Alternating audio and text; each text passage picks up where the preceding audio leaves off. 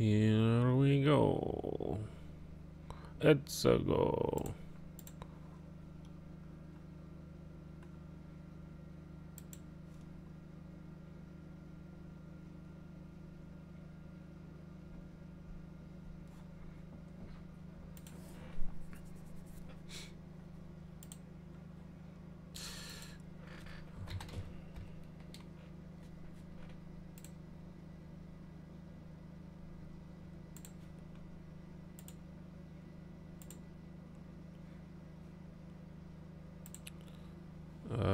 What?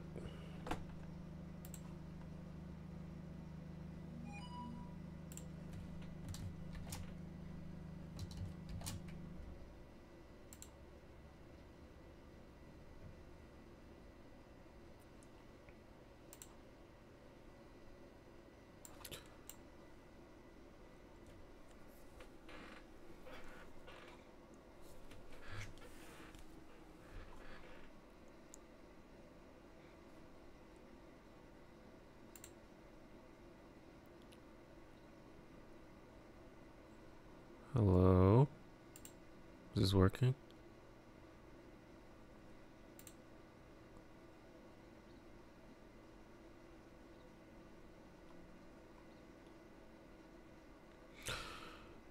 Hello? Wait, what happened to the...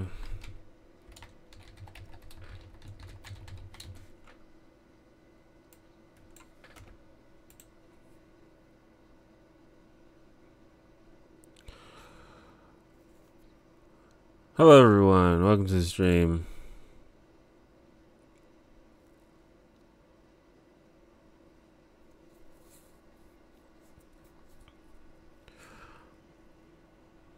Is everything working?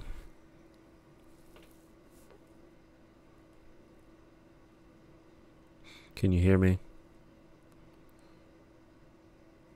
Is the stream buffering?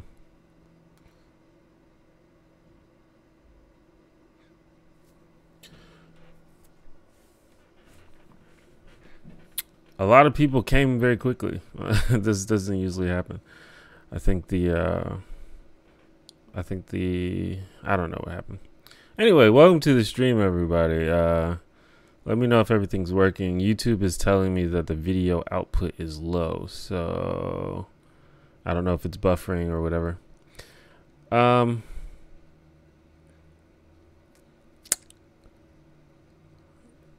But yeah, I don't know how many of you watched the stream with Hbomberguy over the past weekend, but it was pretty amazing. How much did he end up raising? I think like $300 something thousand, something like that. 330,000. So that's pretty dope. It was very nice to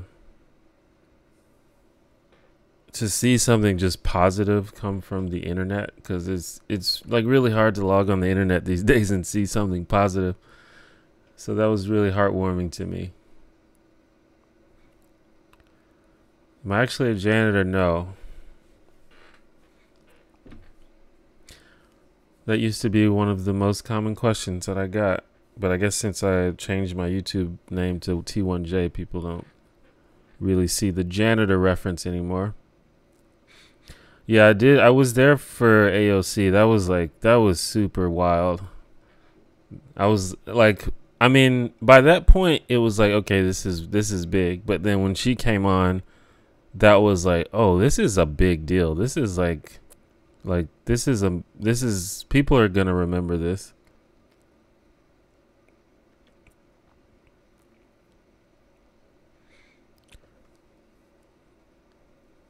Yeah, the initial goal was 25K, and they got over 300,000. How much of the charity? How much did I watch? I watched just, I don't know, a few hours in total. I just sort of caught a couple hours each day he did it. But I'm assuming that people are in the process of like clipping different sections. Because I mean, it wasn't just probably AOC was probably the most impressive person I think that guest starred there, but there was a lot of public figures and a lot of cool people that were there. Like you know, he got like the guy who composed the music for DK64 to join the stream. Adam Conover was there. Some people from Chapo Trap House were there. I'm drawing a blank. There was a couple of other Chelsea Manning. And yeah, it was dope.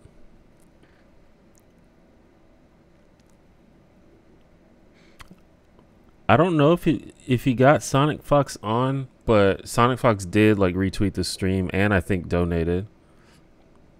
Yeah, John Romero, Josh Sawyer.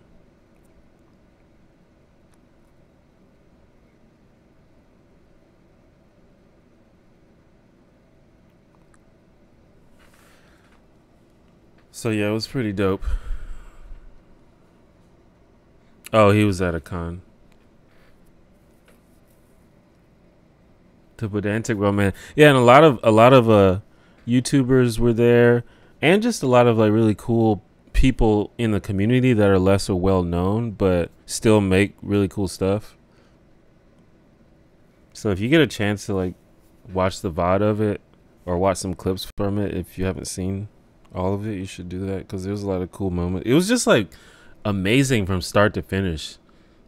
Like, I don't know, it was just everything came together and worked out really well. Like that, it was a very almost magical thing, I think.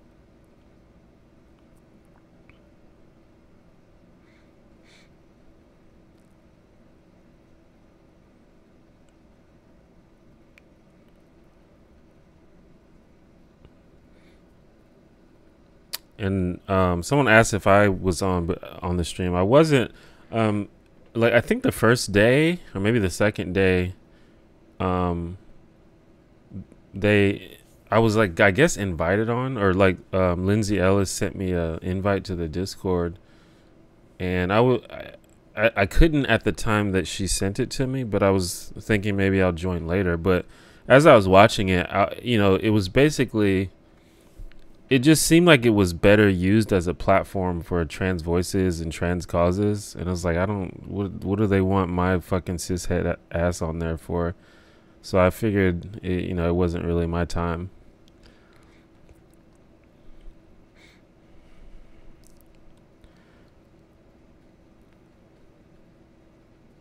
How many hours before we actually finished the game? Well, the timer on the chat was like 57 hours, but I think he took several breaks to like get some sleep. But the stream was live for 57 hours straight.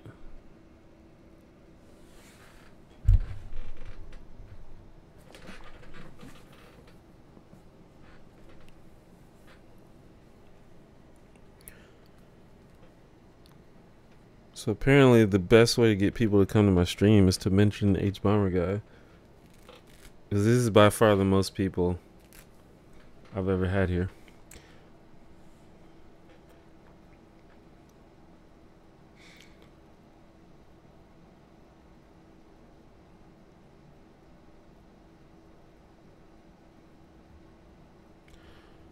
But yeah, hold on. Sorry if this is making obnoxious noises. Yeah, there was a lot of cis people there, but I was just felt weird to me. Yeah, I didn't really hear the, I didn't know really like the race or ethnicities of most of the people there, but you kind of just assume that most people are white.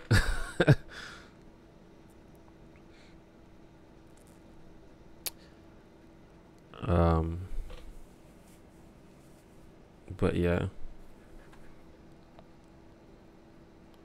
Let's see if this announcement is going to pick up. Nice. Man, that stream just burst forth like a bright star in the darkness. Made my weekend. Also rock on, thumbs up, you make legit videos. Thank you for the super chat, Fence Rider. Yeah, like I said, it was a very magical event. Like, I don't think anyone could have planned or expected for it to be as good as it was.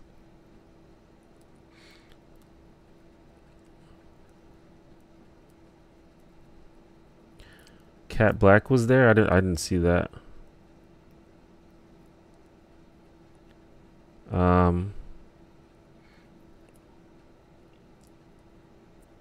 But again, I think it was, assuming that this is an event that is going to continue on, I guess maybe on a yearly basis, they can plan more and like think they can be more thoughtful about who they invite as guests on the stream, and hopefully they can solve that problem in the future, because I don't think it's something that they would have ignored intentionally.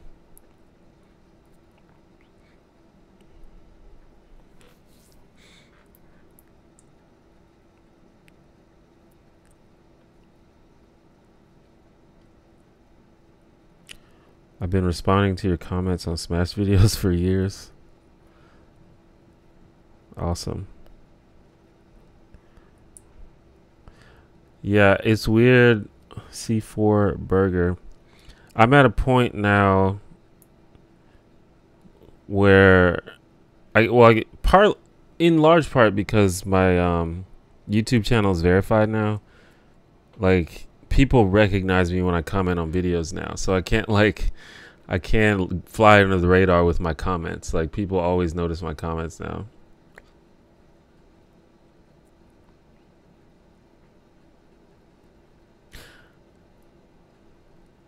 Yeah, the Electric T1J. Has the gov shutdown affected you at all? What do you think about it? Electro Main, thank you for the 333. Has the government shutdown affected me at all? I guess not. Not yet, at least. I have to see how things are going to work out. There's, there's like certain government programs that me and my family use. But as of now, it's still working. Now, this is the thing that I realized, that we sort of think of the government as just a bunch of fools, just like not getting anything done. But there's like people out there that are like trying to get the job done amongst all this nonsense. Like, for example, me and my brother, we used SNAP benefits, which is food stamps basically. And they like sent an email to everybody who was saying, and it was like, basically they're rolling it out early. They've already planned for it. They're giving people the SNAP benefits for next month early because they don't know what's going to happen this month. Or they don't know what's going to happen next month. So like they're actually like trying to work on all that.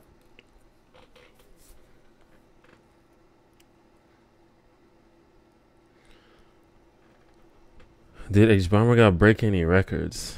I don't know. Someone can correct me, but I don't know if there's ever been a larger charity event for a trans related cause. That could be a record that was broken.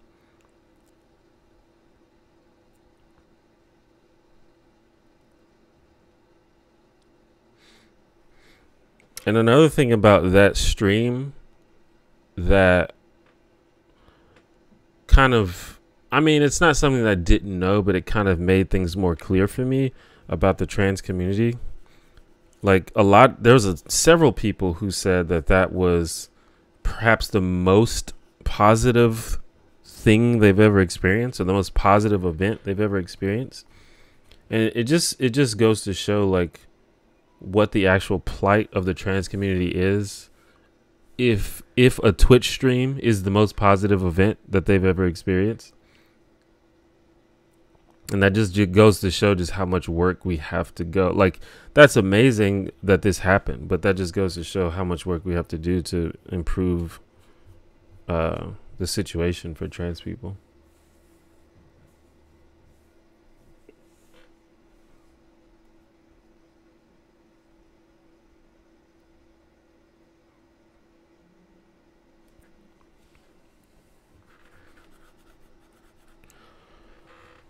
But yeah, and you know, Hbomberguy is obviously, he was the guy who started all of this. So I mean, obviously this is why his name is the one being said. But obviously there's a whole bunch of people involved in the stream, and he obviously couldn't have done it by himself.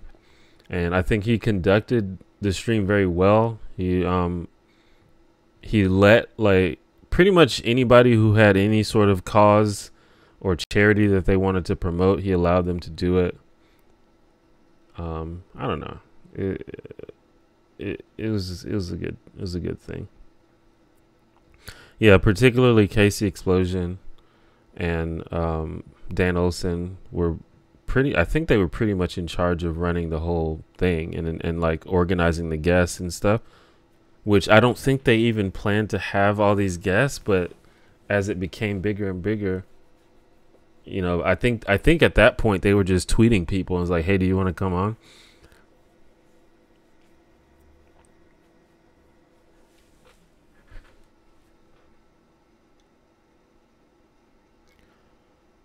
Seems like transphobia is a lot more ubiquitous in the UK than it is in the US.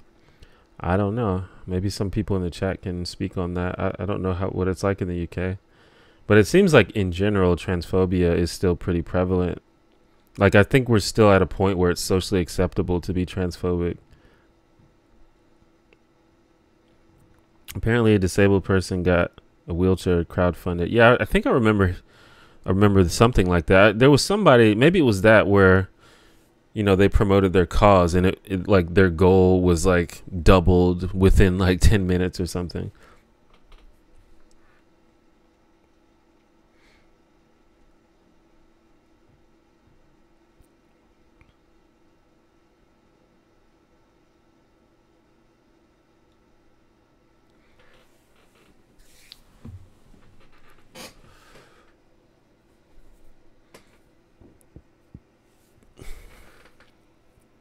I was within 2 minutes. But yeah, I mean, the money was just going in. And I think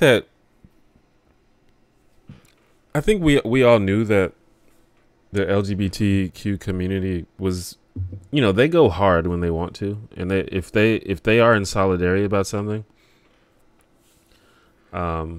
they can make something happen. And so I think that's why there needs to be more events like this.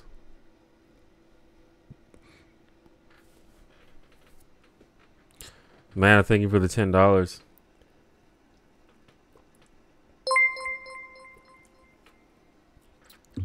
Praise Sobek. Also, who are maining in SSBU? I'm going with Link and Kirby. Who I'm maining Smash Brothers? Basically Zelda right now. I was gonna try to main Snake, but I don't know. It's kind of boring. So I've been playing Zelda. I just realized that the stream is over 100 people. Damn, that's awesome. Did I miss something? Electrolomane, thank you for 333. I think that people are just still like high over Hbomberguy's stream yesterday, and I mentioned him in my title, and I think a lot of people saw that and wanted to come and talk about it. Yeah, but for those who don't usually come to the stream, I don't usually have this many people here. I mean, it's good though. I stream every week, although I missed the last 2 weeks. But I stream every Monday if anybody is interested in hanging out with me. It's just a chill Q&A type stream, just hanging out. Nothing too crazy.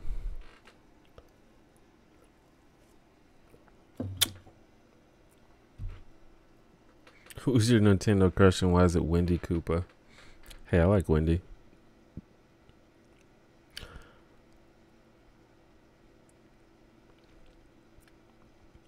Loved Harris's run, but I came here for you, buddy. I appreciate that.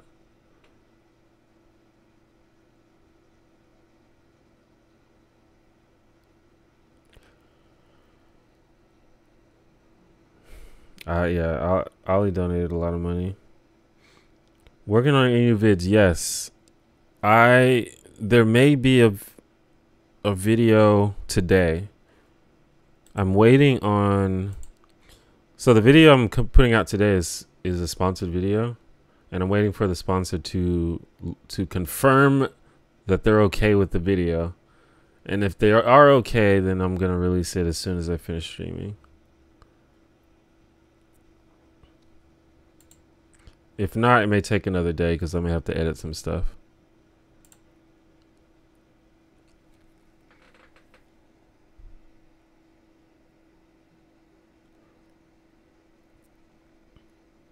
Yeah, I mean, I understand a lot of people aren't interested in streams. That's fine. But I've found that the people who do like streams really like them and they really support them. So the streams are for those people. But I myself don't watch that many streams. There's only a couple people that I will actually sit and watch just because I like them. Am I on Twitch? I am. I keep saying that I'm going to start streaming more on Twitch, but I just never do it. But I'm going to start streaming more on Twitch. I'm saying it once again. Probably going to play a lot of Smash Bros. But I'm still going to do my weekly stream here on YouTube. So the weekly sort of just chatting stream will be here, and then maybe another weekly stream on Twitch where I play video games if you're into that. Thank you for introducing me to ContraPoints. How did you meet her? Well, someone actually suggested her to me. Because back in the day, I guess this is before this whole like bread tube / left tubes thing actually got in full gear. I was still sort of figuring out what I wanted to make YouTube videos about, and even just figuring out my own opinions and views on things.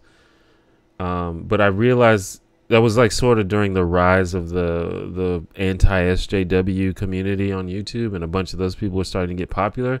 And I was like, I don't like this. This is bad. Like, someone needs to do something about this.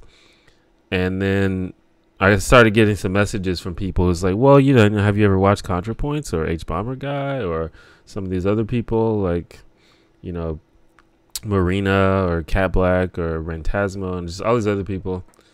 And I was like, no, I don't know any of these people. Well, I knew Marina and Cat Black because they're really old school. But I had never heard of ContraPoints or Hbomberguy. And then I checked them out and I was like, what? This is like amazing. And so I just kept watching ContraPoints. And ContraPoints specifically, like, her videos just got better and better. Like, every video was just like better and better. And I pretty much at that point just started recommending that channel 100 times a day as much as I could, because I mean, it's it's probably like my top 3 favorite YouTube channels of all time. And I think I brought a lot of people to ContraPoints when she was still sort of a small channel. And of course she's blown up since then. And now a lot of people learn about me from her. So, things come full circle.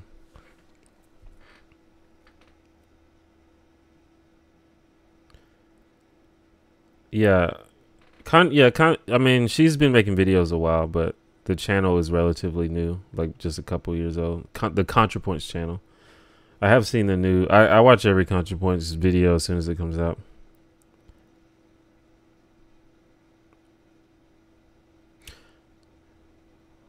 I mean, I may have even watched ContraPoint's old stuff, but I just don't know. I don't remember because I watched a lot of the New Atheist stuff back in the day.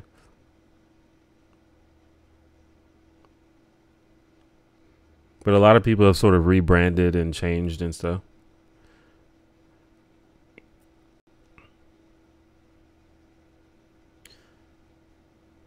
When am I gonna pour liquid all over my face in a video like a true leftist YouTuber? Is that what the leftist YouTubers do?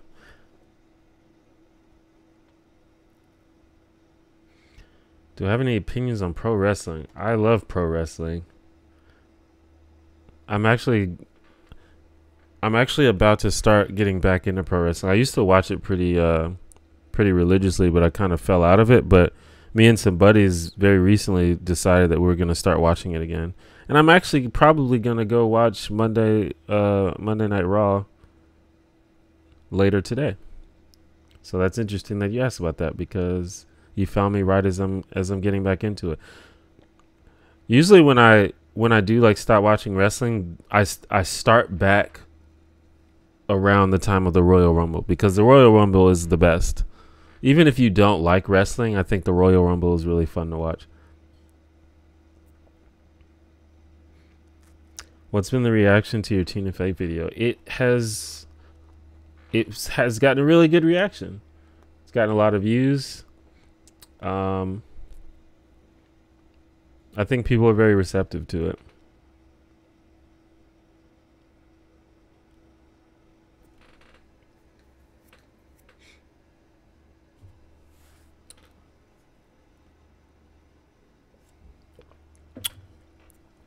Regarding Contra's newest video, she had a lot to say about straight male sexuality and self-repression. What do you think?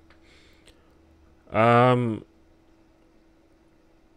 think it was pretty spot on. I actually left a comment on that video that kind of explains how I think about that. But basically, it just gets to a point, like, when I was younger, I used to play the, like, is this gay? That type of stuff, like, where you just, every time you do anything, you're just like, man, is that gay? Because I don't want to be perceived as gay. And once you sort of let go of that, it's like, it's very freeing. And you can just start exploring your tastes and your desires and your attractions. Because first of all, like, if it is gay, it doesn't matter. It's fine. It's okay. It's okay if it's gay. But the thing is, it probably isn't gay. And with me specifically, I can't speak for anybody else, but freeing up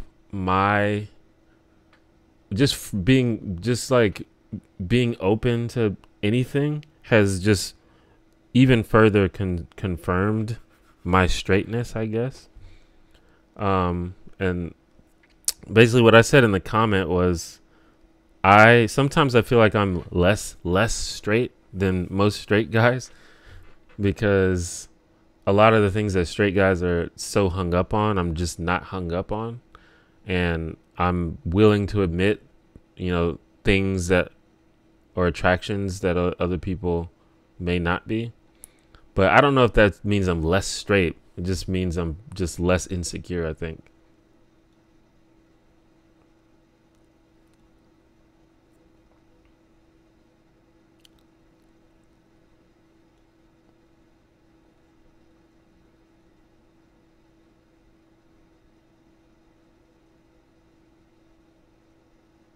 What was the deal with the live stream where I didn't say anything?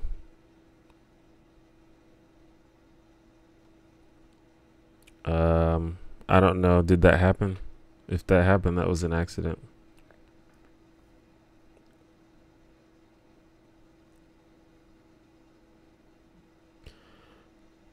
It's very smart to remove likes and dislikes from the Tina Fey video.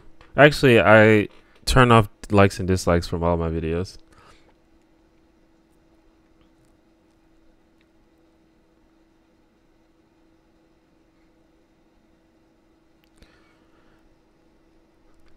I think the like dislike bar is dumb, so I hit it.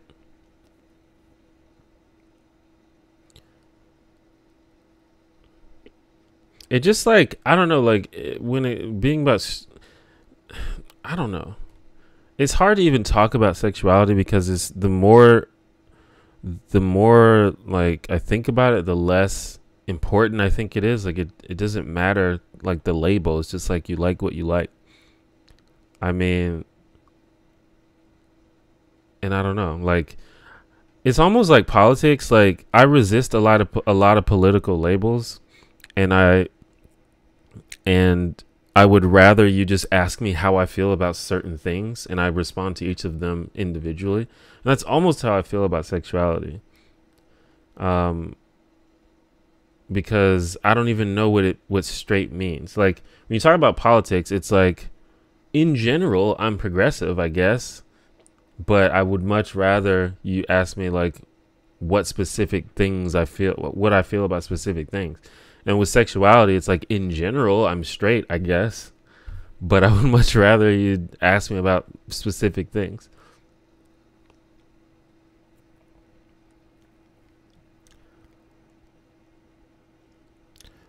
Exactly, man. It so easily turns into a harassment tool or just feeds into an echo chamber.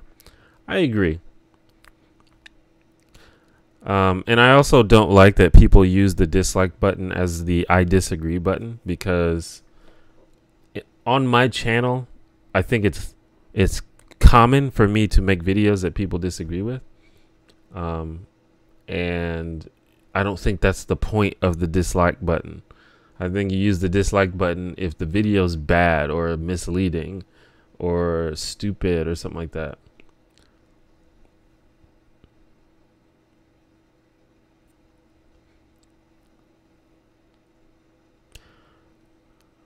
I mean, I don't mind getting personal. I'm not a very private person.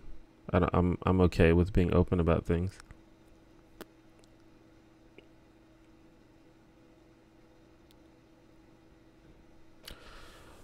And I have found I think I just don't really get the point of the like dislike bar, because I thought that it was helpful for, well, for one, people still click it because you can't outright disable it. You can just hide it, and people still click it even if it's hidden. So you don't have to even worry about that from a like algorithmic perspective, because I thought I was gonna be hurt algorithmically because less people would click on the dislike button because it was hidden, but people still click on it, and it doesn't seem to have hurt my views or anything like that. So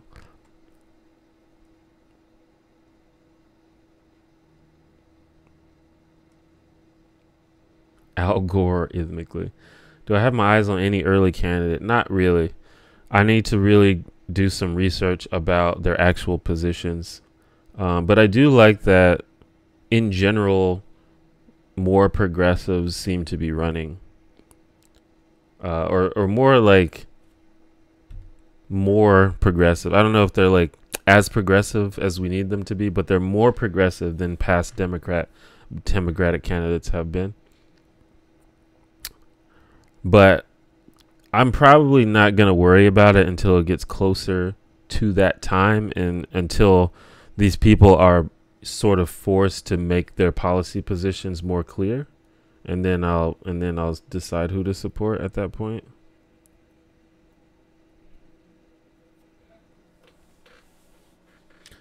What are your thoughts on capitalism? That's a very broad, general question.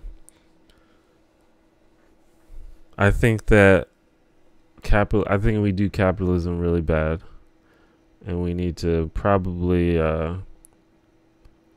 basically overhaul the entire thing. I think that capitalism could be done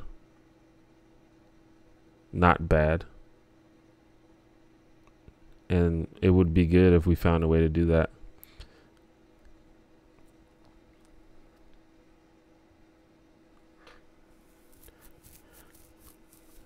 Unfortunately, AOC is too young to run for president, but I don't think she would, even if she could.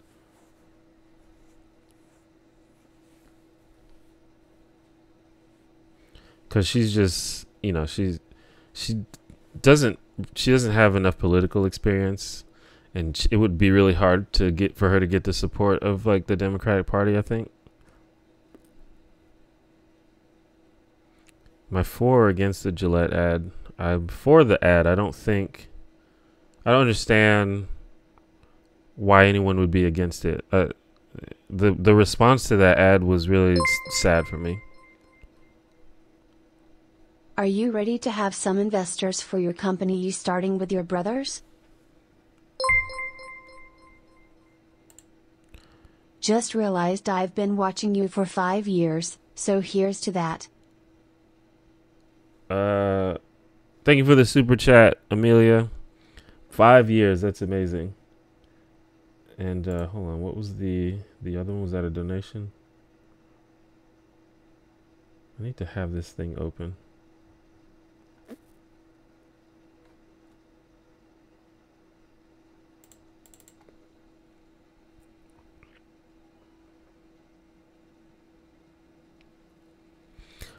But Trump had enough political experience. Yeah, I think the Republican Party works completely differently than the Democratic Party when it comes to campaigns and stuff like that.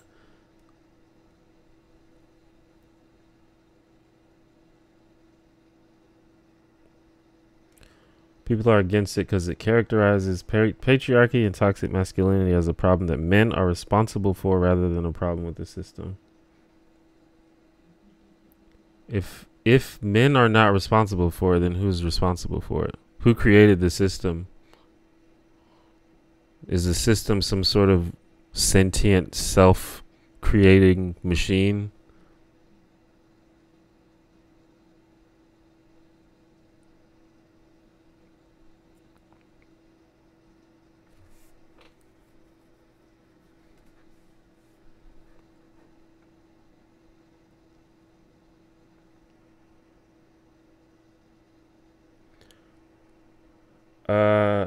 Electric Lomain was, are you ready to have some investors for your company you started with your bros? Nah, not really, but maybe one day. Thank you for the tip though. And that was €10. I think I said $10, but thank you for the super chat, Amelia. That's fair. I suppose I just more meant that it's not just men responsible for it. Like they grow up in a culture where they have buses they aren't responsible for. But I'm saying who made the culture like that? Who created that culture and that system? I feel like it was men. Well, I don't know. I mean, this is where I get in trouble because I am really at odds with a lot of the anti-capitalist analysis of everything, but particularly this commercial, because it just seems like they're just against advertisements in general. So they're going to have a problem with it regardless. Even if it has a great message, even if it has a great effect, they oppose it on principle. So it's like, well, I mean, what's the point of even discussing it?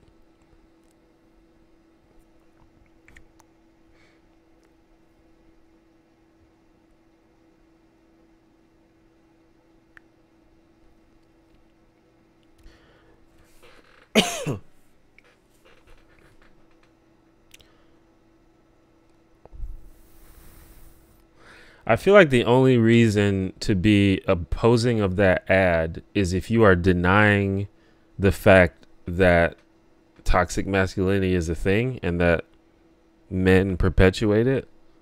And I just feel like that's wrong if you think that. So I don't know. It's one of those things where if you're starting from the wrong, like, foundational viewpoint, then of course you're going to come to the wrong conclusion about the ad.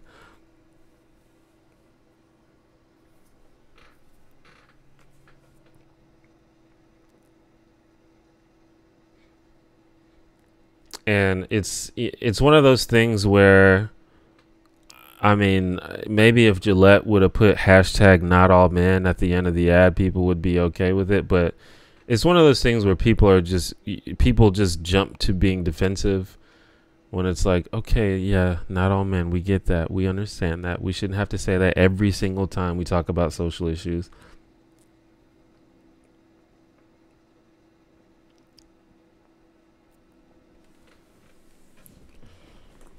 If I were to do a stream similar to Hbomb, what game would you pick? I don't know. I mean, I think DK64 was picked specifically because of a meme that already existed within the Hbomberguy community. I don't know if he like specifically wanted to play it. But I don't know. You'd have to pick a game that was long enough, I guess.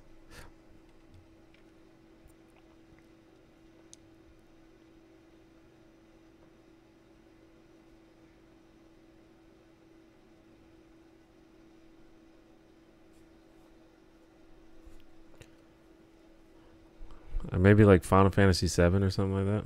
That's probably too long, though. Well, not really. Because he spent 50 hours playing that game. Final Fantasy VII is maybe like 40 hours of gameplay.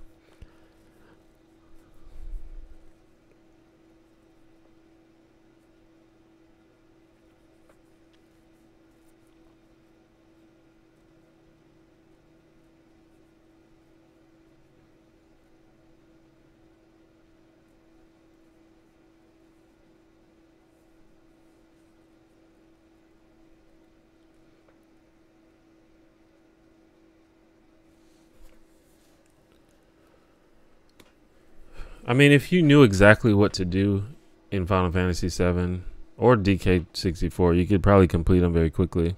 Well, not quickly, but quicker than 50 hours. But Hbomberguy clearly didn't remember everything about the game. If you watch the stream, he got stuck a bunch of times.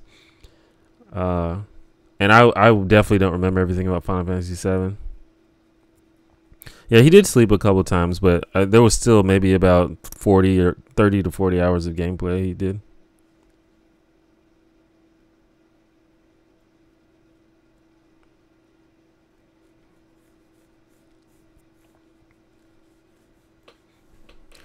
I have, a lot of games that I love, but they're probably just not long enough for a stream like that.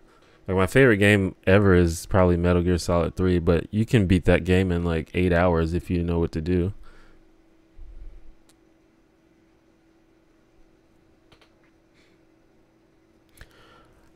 I don't know any of the details about the magazine because I saw that headline and I was like, that's probably gonna make me mad, so I'm not gonna click on that.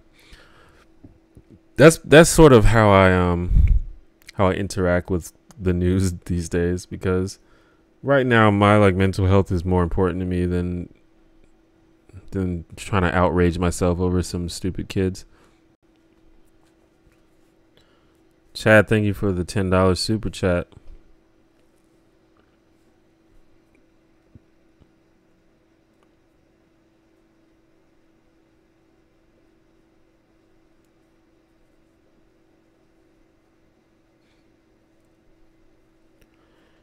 Did I see Kevin Logan's 1984 video? I did not. Am I taking good care of myself? I'm trying to. That's one of my, I guess, resolutions. Hey everyone, smiley face. Was just general wellness routines that I'm working on. I haven't been perfect with them, but I'm doing better. Like I'm trying to like meditate and eat better and start exercising again and things like that. And stretch. Stretching is really important, especially the older you get, guys. Fucking stretch. Do some stretches every morning. And just in general, like when it comes to like mental health, like I've talked about this before, but and if you follow me on Twitter, you probably have noticed I don't use Twitter nearly as much as I used to. And in fact, I have Twitter blocked on my computer every day except the weekends. Just because Twitter makes me sad all of the time. So I was like, you know what? Why do I keep exposing myself to this? It's not good. And like I said, the thing with the news, I have a very like limited relationship with the news. I try to make sure I kind of know the important stuff, but I try to avoid like headlines and stuff that just seem clearly designed to cause outrage or anger, things like that.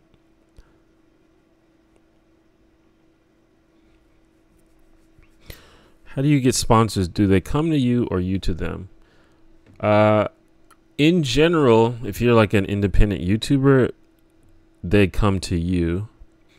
But a lot of people sort of have management or representation or just companies they work with that sort of negotiate sponsorship deals on their behalf. It's possible for you to go to them. Some people do that. But, you know, your mileage may vary with that. Also, there are some sites that are sort of platforms where sponsors and creators can come together. There's sites. There's one called FameBit. There's one called Relio. There's a few of them. So that's the main ways people get sponsorships. But the most like pure way that people get sponsorships is the sponsor will just email you when they see that you're building an audience and they feel that you're a good fit or something. Or sometimes they'll just straight up, like once you start like getting viewers, you start getting emails from just everybody, like the most random sketchy companies. And in general, you obviously should say no to most of them because it's just sketchy bullshit. But especially once you start getting bigger, you start getting messages from actually legit companies.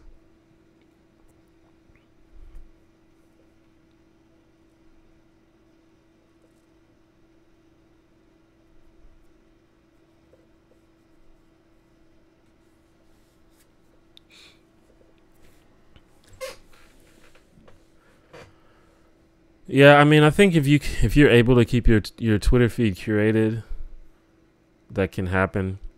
Part of the reason is,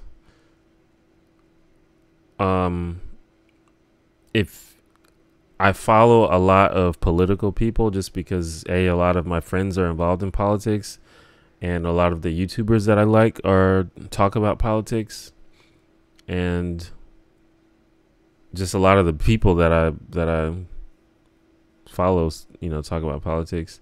But also, when you have a lot of followers, it's just hard to filter out nonsense because people are always like adding you and replying to you and tagging you and stuff.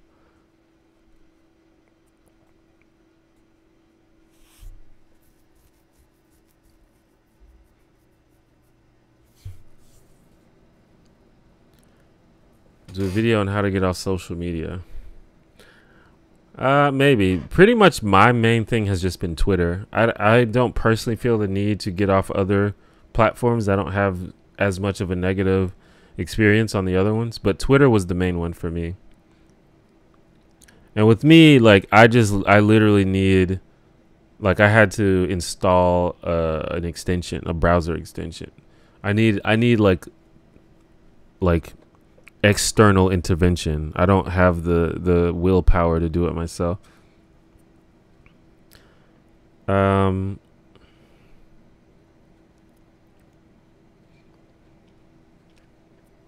I have pets? If you have animals, it can be good for your mental health. I don't. I've been thinking about it though. I probably won't get one for now, just because my apartment is already kind of crowded because I live with my brothers, and also it's expensive depending on which pet you have. But I've been thinking about that. I've never been a big animal person, but I think that if I had a little homie, I'd probably very quickly get attached to it. About your video on N-word, words have power. Sure. Just because the word has history and hurt someone does not mean it's off limits. It entirely depends on the context. Okay. I don't think that I said it was off limits in the video. But I kind of wish people would stop watching that video because it's like 10 years old or something and I hate it.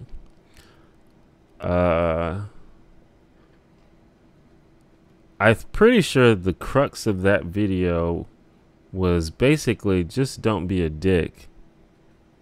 If you're doing something and you know that it's hurting people or pissing people off and you do it anyway, then you're just being an asshole and you shouldn't be an asshole. I feel like that was mainly the crux of the video. I don't think I said anything's off limits. You can do whatever you want. Live your life. Just be prepared to be called an asshole.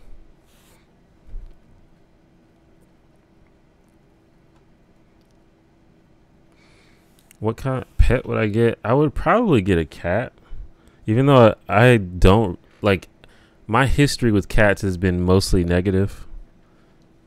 But if I could find a cat that like was kind of chill, I know it's hard to sort of predict how the cat's personality is going to be, but if I could find a chill cat, that would be pretty cool.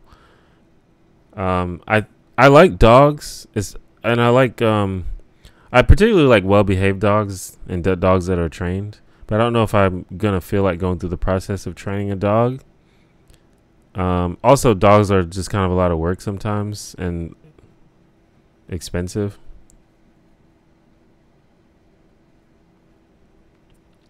But I don't know. I just have to see if I could actually deal with that, because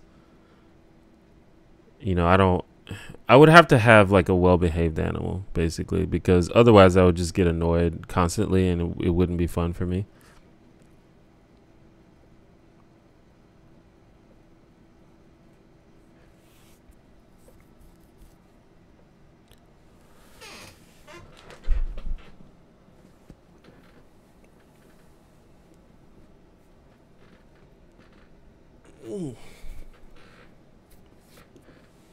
But I also would want an animal that I can interact with and like play with and cuddle and stuff. So I don't think I would get like a bird or a fish or something. Maybe I get like a snake or something.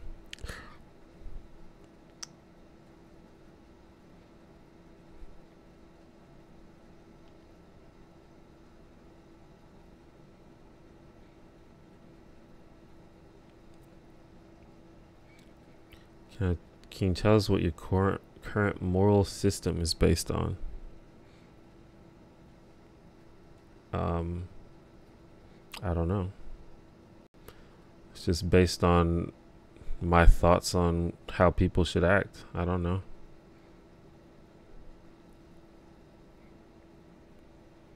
I think a lot of it is just based on sort of the natural empathetic social contract that humans have with each other, and a lot of it is very basically inherent to us, but a lot of it I think is cultural as well. Finn, thank you for the $5.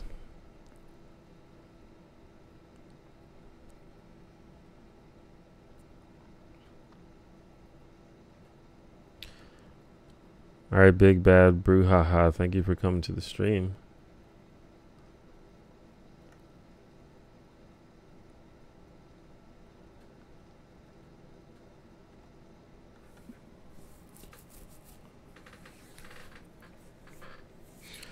Treat others as you would like to be treated. I think that's a good general view.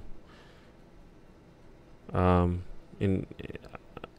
fact, I mean, for me personally, I try to treat others better than I would like to be treated. But I think that just works for me because I'm a very easygoing person. I'm a very like independent, easygoing person, and I don't necessarily require people to be awesome to me, although it's cool when it happens.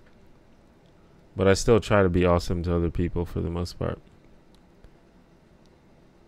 But I do think that's a good starting point. If you just think, well, I don't want people to do that to me, so I'm not going to do it to others.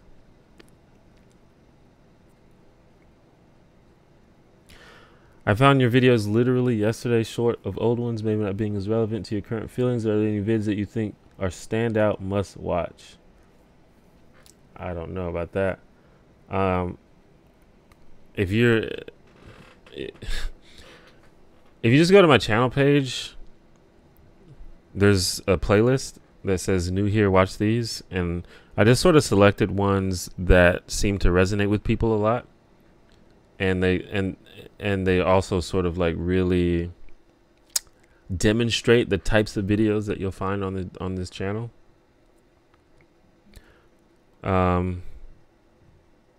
But it's hard for me to just like pick like my favorite videos, just because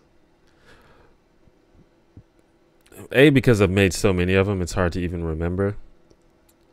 And B, because a lot of the videos that people like are kind of cringy for me to watch, just because they're older or because I notice a lot of the flaws more than other people.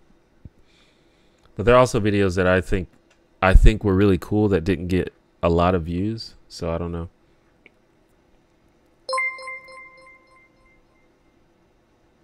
Heart.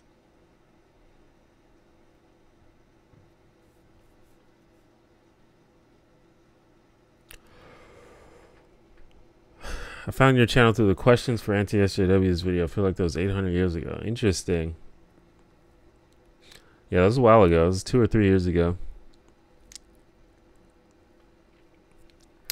In many ways, I feel, I mean, I was going to say like maybe it was a mistake to do that or just like be involved with that, but I don't know. I mean, I stand by what I said. I just think in general it was a mistake to try to engage the anti-SJWs because it was very clear that they had no interest in any kind of real discussion. But I didn't realize that at the time.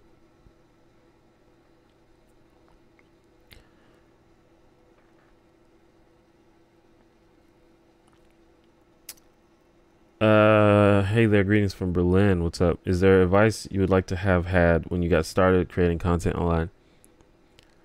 I think the number one advice for people starting YouTube and for people doing YouTube is to focus on the videos above everything else. Focus on the content. Focus on making the content great. And don't worry about anything else, really. And that's easier said than done. But I think a lot of people, they sort of like get into a routine when they're making videos and they're like, well, you know, I've got a little bit of an audience and my videos, you know, I know how to make videos, but I'm not growing my numbers. I'm not making any money. I don't have any subscribers. I don't have any views. But what you should be doing is continuing to figure out how to make your content better and better and just keep getting better and better and better and better. And just that should always be the number one thing you focus on. And I think all the other stuff just comes in the background if you just focus on that. Now, obviously, there's things you can do to increase your numbers, like having good thumbnails, having good titles, promoting yourself in the right way, engaging the audience in the right way. But the number one main thing you need to work on is the content. Make the content good.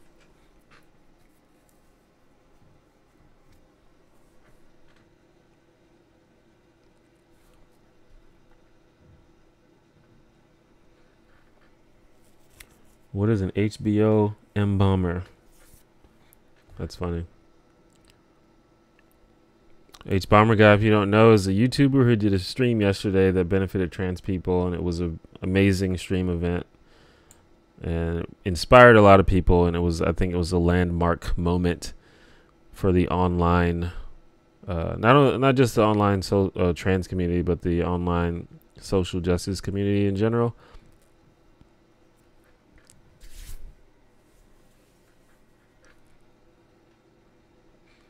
Someone on Hbom's stream thanked him as an ally because he's likely to reach a wider audience than a trans person could. As an outspoken ally, does this make you uncomfortable? It wouldn't make me uncomfortable. I mean, I think that's part of the job of allies. That's like part of the job. That's what you're supposed to do. I think that's consciously what you're doing when you do stuff like that.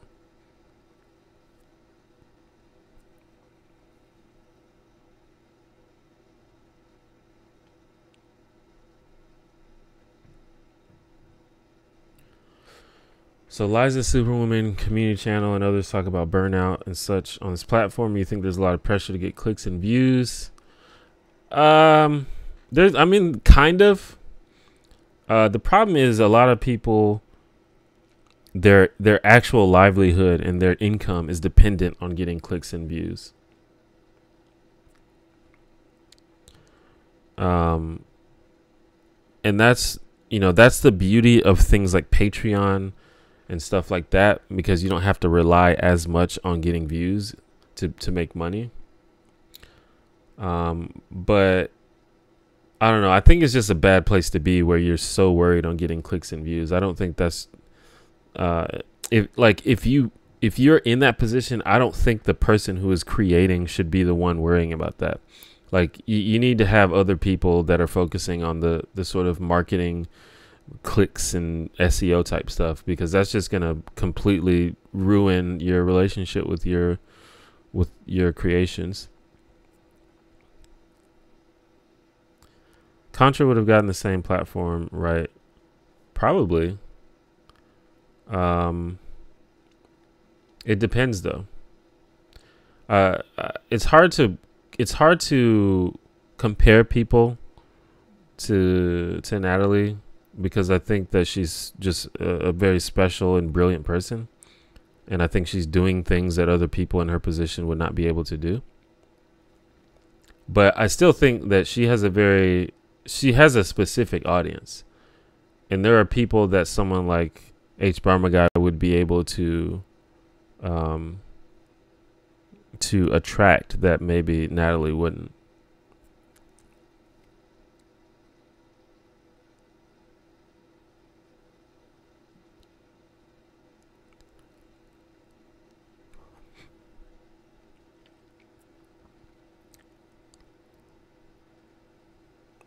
So I showed my friend your channel. She subscribed, but later told me she didn't like your hair. What is this paradox I've created? I don't know. My hair, I think, has it's almost like a mullet now. I don't think it's in its prime right now. I'm gonna see what happens though. I'm hoping gravity will take over and get rid of this like fro on the top.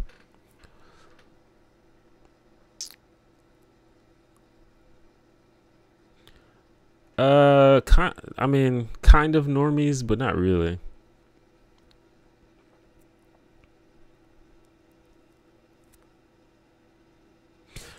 I think that, for example, I think a lot of Hbomberguy's fans are white male gamers, and I don't think a lot of ContraPoints fans are that.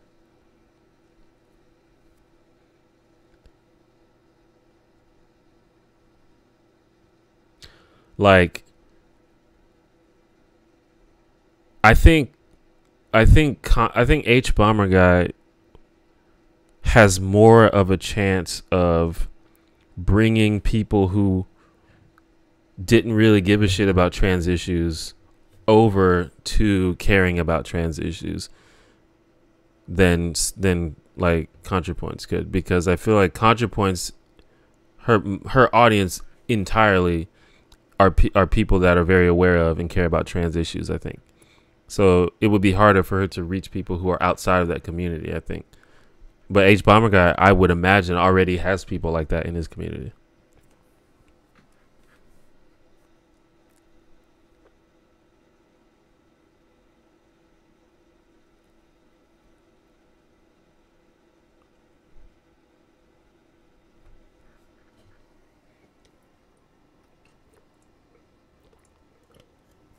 But I could be wrong.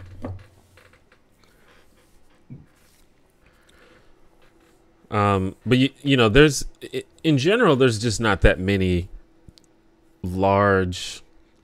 I just think in general, you know, white dudes with big audiences, I think it was a good thing to use those platforms. And it's not to say that they're the only ones who can do it, but they can help, and it's good when they do. So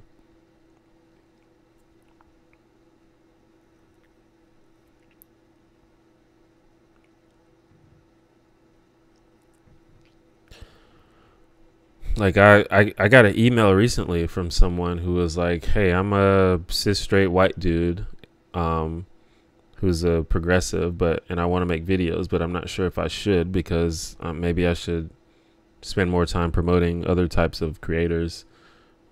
But it's like, I mean, I think everyone's voice matters, and it's good to use your voice to promote others, but I don't think that means that you're not allowed to have a platform.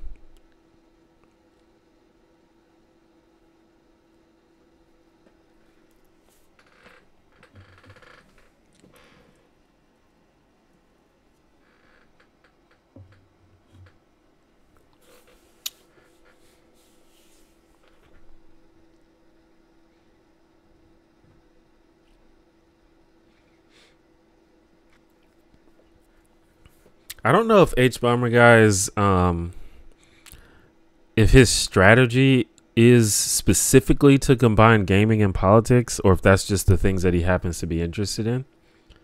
But I mean, I think that's kind of brilliant, because I've gone on record many times to talk about how shit gamers are, and it's a little bit of an exaggeration, but it's also a little bit not. Like there's a lot of aspects of the gamer community that are pretty toxic. So the fact that he's able to, bring in the gamers with this really like intelligent commentary, but then, talk about social justice in a thoughtful and positive and non-toxic way, I think that's really good, and I think that's probably already had a large effect on a lot of people.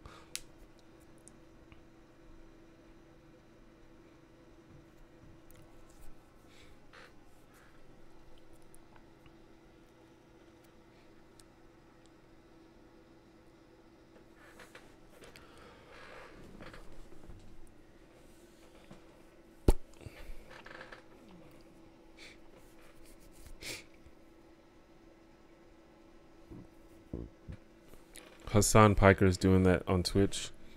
Yeah, I haven't watched much of Hassan Piker yet, but it seems like people are into it.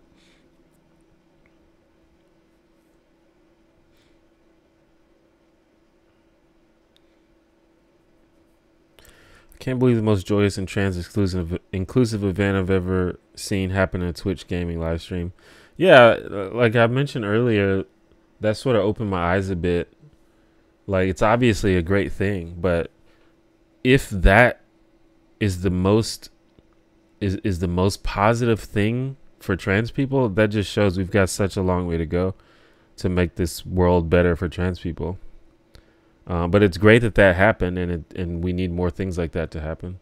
But maybe that's just the world now. This is the streamer Twitch era, so maybe this movement will take place through things like streams. Maybe that's where the battlefield is.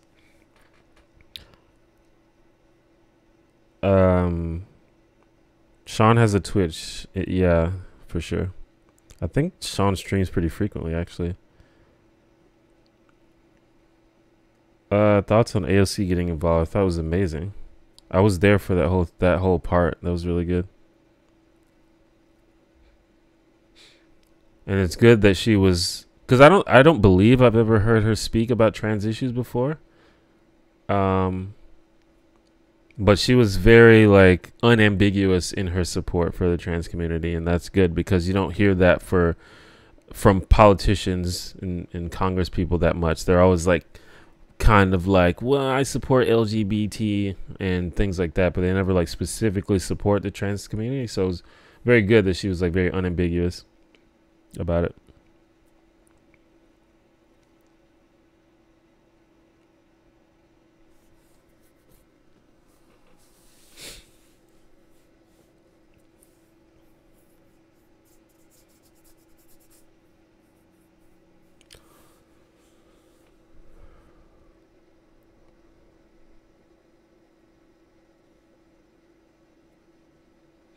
But yeah, that was really, I don't know, it was just a very heartwarming event. And as a cis person watching, it's pretty like, it was like pretty moving just to see how much it meant to a lot of people.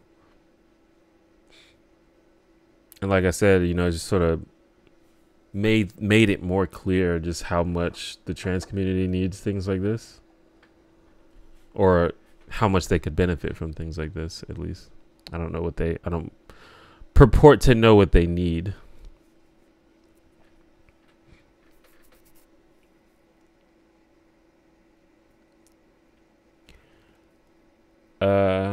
Would you debate Dave Rubin? No, but I don't think Dave Rubin really debates people.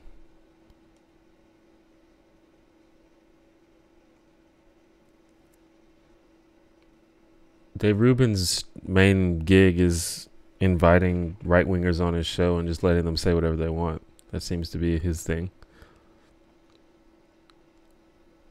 I'm not sure I've ever seen Dave Rubin like debate someone that he like that actually like opposed him on like strongly on anything.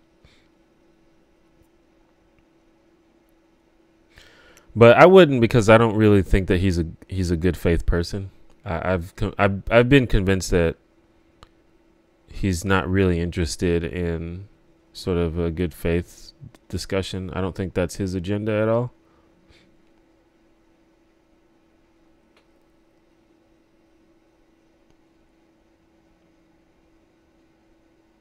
Is this gay? It reminded me a lot of us 20, 30 years ago, inspiring, heartbreaking, all the things. Yeah. I mean, you know, there's precedent for this kind of movement. So I think that people can look to the past for strides that have been made and be hopeful for the future.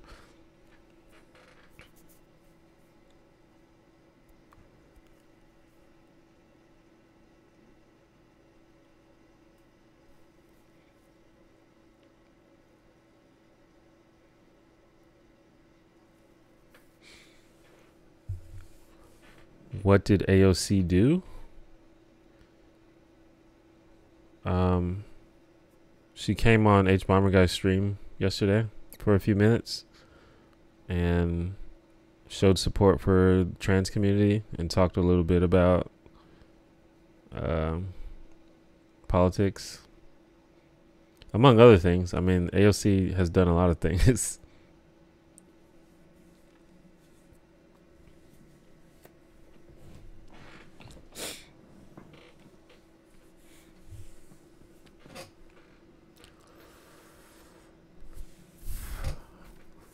But even, I mean, Ruben has had Shapiro on his show, right? And he didn't really debate him, did he?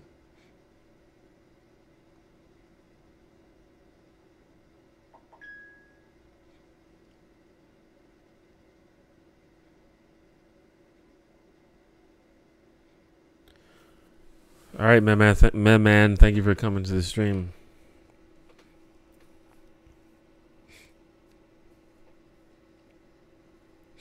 And that's why, like, a lot of people have been comparing, not a lot of people, but a couple people have been comparing AOC to Bernie Sanders. And they'll be saying, well, yeah, she's just like the younger, prettier Bernie Sanders. But I don't think Bernie Sanders would have ever stopped by a stream to promote trans rights. I don't think that's a thing he would have done.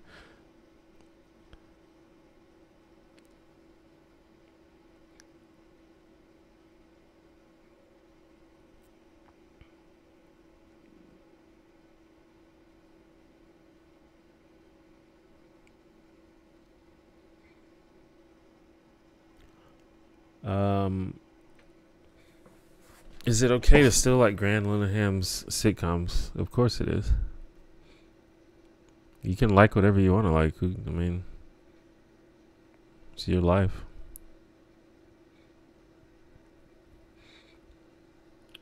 I don't think that a person being shitty magically makes the things that they made not good.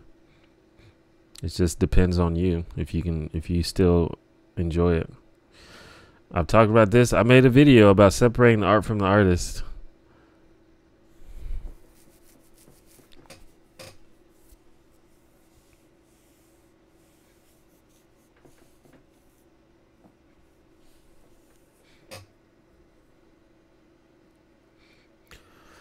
I've only seen a little bit of IT Crowd, but it seemed very funny.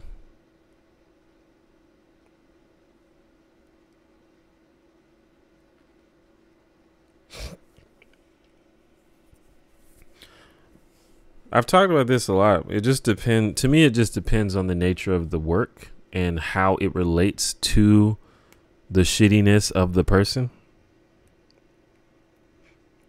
Like, for example, I really can't listen to R. Kelly music anymore because it's hard for me to separate his work from his shittiness.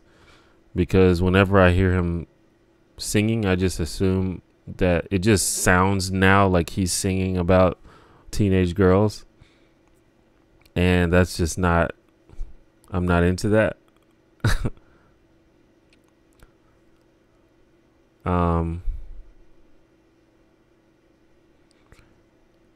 But on the other hand, you know, I still to this day say that my favorite show of all time is The Cosby Show, because I don't think that Cosby's shittiness is like, I don't think it's reflected in the show. And also a lot of other people worked on that show than Cosby, other than Cosby.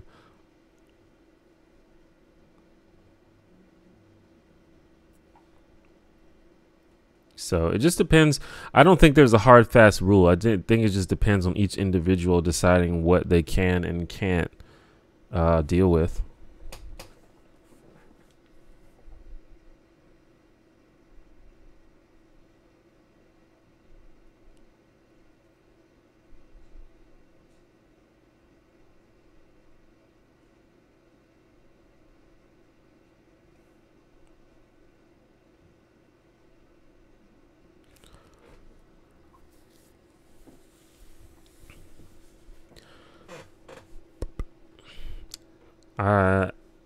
Yeah, I mean, that's my thoughts on that.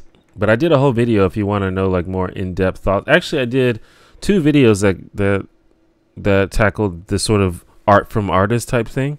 One of them is called When Should You Separate Art from Artists? The Art from the Artist. And it has a picture of Bill Cosby on the thumbnail. And then I also did one about Neil deGrasse Tyson. It has Neil deGrasse Tyson in the thumbnail. So if you want to know my like more complete thoughts about that sort of thing, you can watch those videos. The Neil deGrasse Tyson video also goes more in depth about sort of believing victims of sexual assault. So that's another thing people ask about a lot, where it's like, you know, because a lot of people don't like the idea of believing people, which is weird. But I think it's just because people haven't really thought about it enough. Because, you know, when I hear a lot of these arguments, this is why I get like exasperated, because I hear a lot of these arguments and I think that a lot of them come from people who are essentially well-meaning, but they still have this desire to be like super edgy and super like skeptical and super like playing devil's advocate, because they think that that's what smart people do, is question everything, play devil's advocate, ask questions. And the reason that I understand that is because I used to be like that, and I used to make the same kinds of arguments. But once you sort of think about things just a little bit, like instead of like defaulting to this sort of edgelord mentality, just think a little bit and be compassionate just for a second, and then you can get past a lot of this nonsense.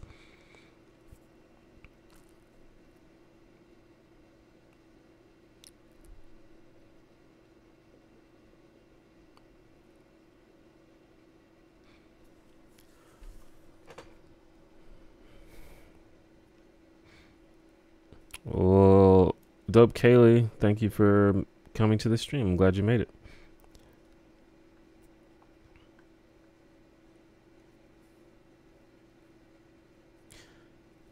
Yeah, Punkerific, I agree on Louis C.K. I used to be a really, really big fan of Louis C.K. But again, like I feel like there's just a the connection between his actual shittiness and his work is very close, and it's hard for me to separate that. What music do I listen to? Well, literally the music that I listen to is usually just old shit that I grew up listening to. I don't really keep up with new music at all, but every now and then I'll hear something new that I like.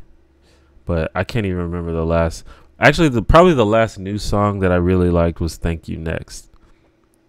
But I don't keep up with music. I have no idea what's going on with music.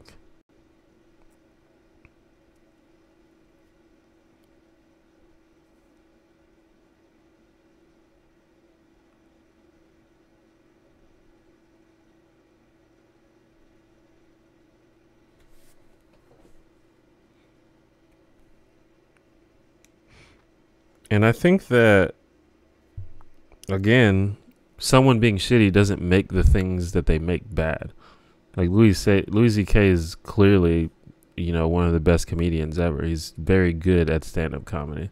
And I think it's okay to admit that. But it's also okay to admit that it's hard to enjoy it. But if you can still enjoy it, that's fine. I think that's fine, at least.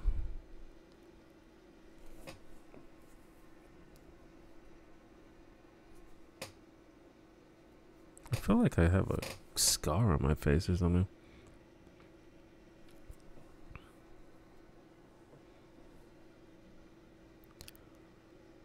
I have not checked out Death Grips yet. I still have my list of like music that people suggested to me, but I just have not.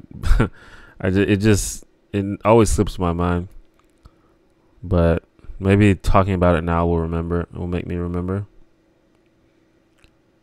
All right, Lakim Nines, thank you for coming to the screen. Nines. Sam Harris is one of the people who took part in the Patreon exodus. Do you still think he isn't a conservative? I mean, you can just look at his political views.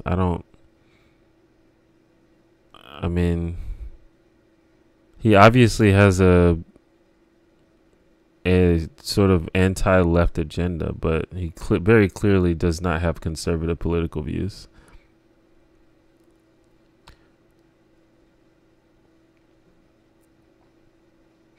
What other comedians do you like? I think that there's actually like a lot of really good comedians that are active right now, like Tom Segura, Chris D'Elia, Bobby Lee's pretty funny. What's his name? The fuck's his name? Bert Kreischer. He's pretty funny.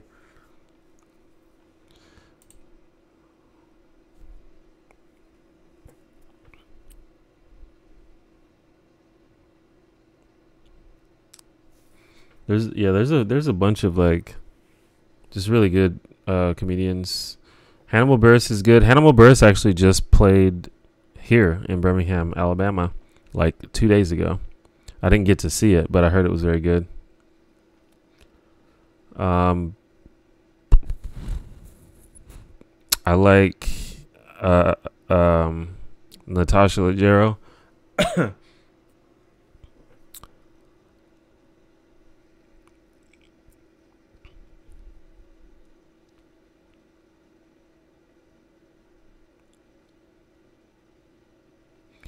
Have I watched anything from the Twitch streamer Destiny? Yes, I watch a lot of Destiny stuff. I did not watch that Kevin Spacey video because it seemed like it was going to be very cringy, and I just wasn't ready for that kind of cringe. So I don't even know what it was. Also, apparently he was playing a character from his show, and I've never seen the show, so I probably wouldn't even get it.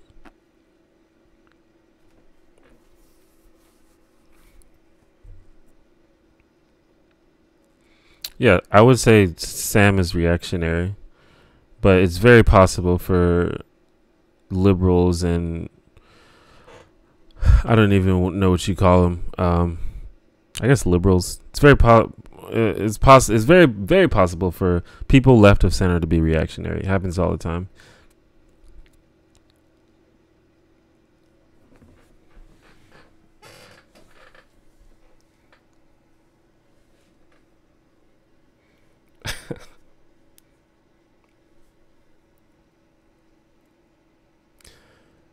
Yeah, I don't. I if I ever become like very successful and big, I hope that I don't just completely lose touch with reality like some of these people seem to have.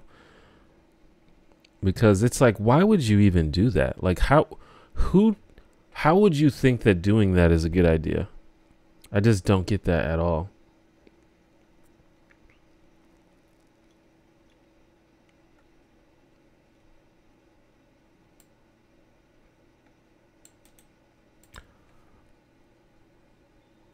Sebastian Maniscalco. I don't even know who that is. Is that a comedian? Yeah, I might have to check that out.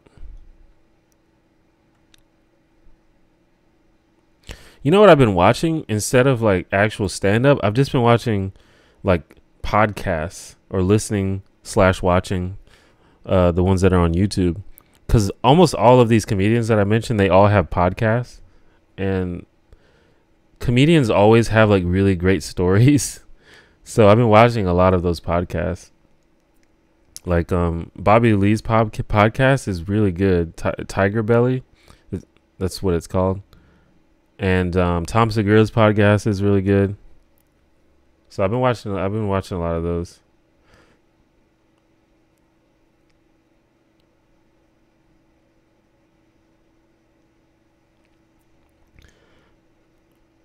Are you worried about sponsors' influence changing what you write? No, because I would not work for a sponsor that made me change what I write. In fact, that's one of the reasons why I haven't had many sponsors, is because a lot of my videos are controversial. But I've made some connections that I think will help me solve that problem. So you guys may very well see a lot more sponsors on this channel. Hope you're okay with that. If you're not, sorry, sucks for you. Oh yeah, Joey Diaz is really funny.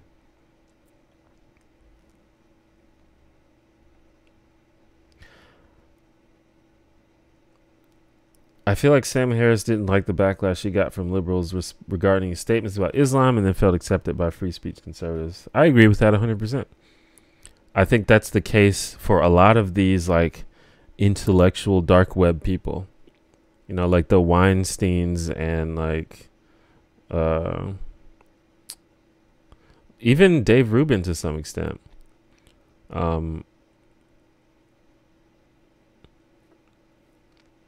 They're people who you would expect have more left of center views on politics, but they don't like, you know, being criticized. And so, you know, whenever someone criticizes them, they're like, oh, you're trying to impede on my free speech, or, you know, the outrage machine is turning. It's like, okay, dude, maybe you just needed to be criticized.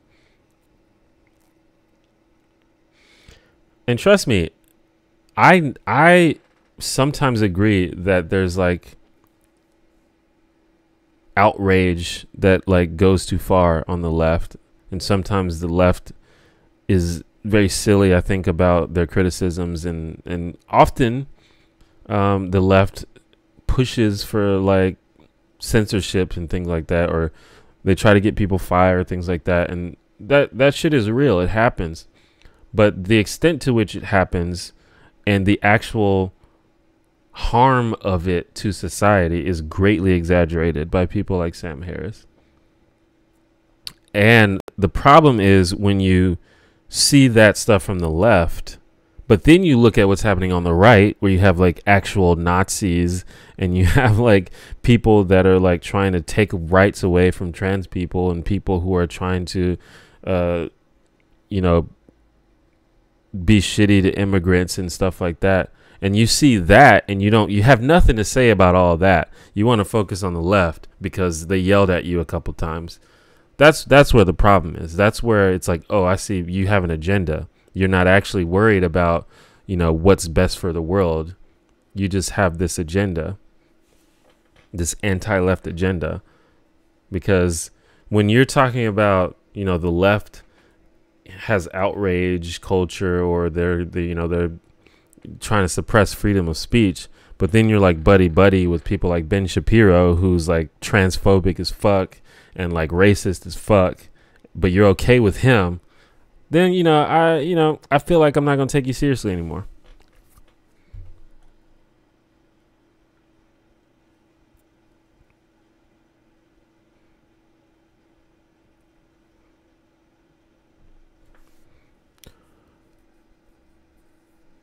Good morning and greetings from Osaka. Good morning to you. I really enjoyed the parts of the Hbomberguy stream that I was there to see. It was nice to see support for the trans community for once. This stream is nice too. Well, thank you. This stream is nothing compared to the Hbomberguy stream, but I'm very glad that happened. It was a good thing, and I hope it continues to happen. Remember when Dave Rubin said that the stuff about building regulations on Joe Rogan? Yeah. And this is why, like, I think Joe Rogan gets accused of being in that same vein as a lot of those people we're just talking about. And I feel like I don't, Joe Rogan can be a little shitlordy sometimes, and he does sometimes talk about the SJWs and shit. But I don't think that I think Joe Rogan is just as likely to criticize the right as he is the left. I think that I think that sometimes his conclusions are a little off.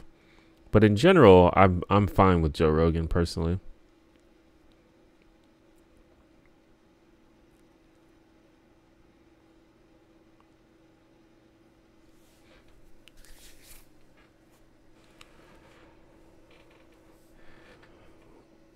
Joe Rogan is living on the fence. I think, I don't know. It's hard to see what to say with Joe Rogan, but I think that if someone says something that's bullshit to Joe Rogan, he will call them out, regardless if they're his friend or if they're on the left or the right. I don't think that would happen it definitely doesn't happen with Dave Rubin. It doesn't really happen with Sam Harris if that person is helping him like extend his narrative. Sam Harris will completely let someone like Ben Shapiro just say whatever he wants. I mean, he'll like offer like light, friendly discussion. Like he'll Sam Harris spent the large part of his career like completely dunking on fucking Christians for believing in God. But then he, has a discussion with Ben Shapiro and is like, haha, we're friendly. We kind of disagree on this, but that's okay. Or like Jordan Peterson, things like that.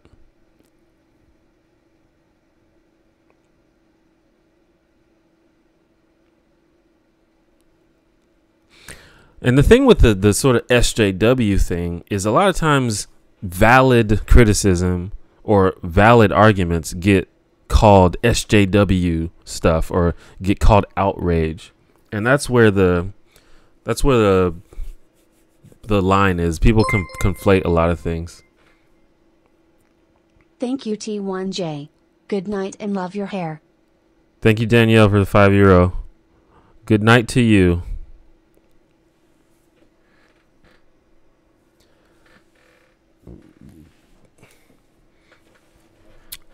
I think the problem with Joe Rogan, I think, is his audience, to be honest. I think Joe Rogan doesn't realize that his audience is just like a bunch of fucking teenagers. I mean, I don't know that for sure, but if I had to guess based on just how they act, it's just like probably a bunch of like teenage and like early 20s white dudes. And I feel like Joe Rogan thinks that he's some kind of harbinger of like super intellectual conversations, when really he's just helping teenagers meme. And that's not to say he doesn't have interesting conversations, because he's had a lot of interesting conversations on his podcast. But I don't know. Sometimes it's like, I think a lot of times the audience can reflect badly on the creator.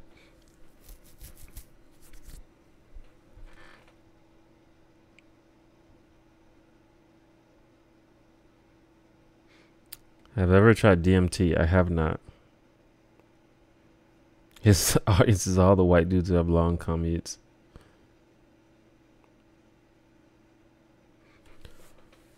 He got a lot of shit when he criticizes trans woman MMA fighter. Well, yeah.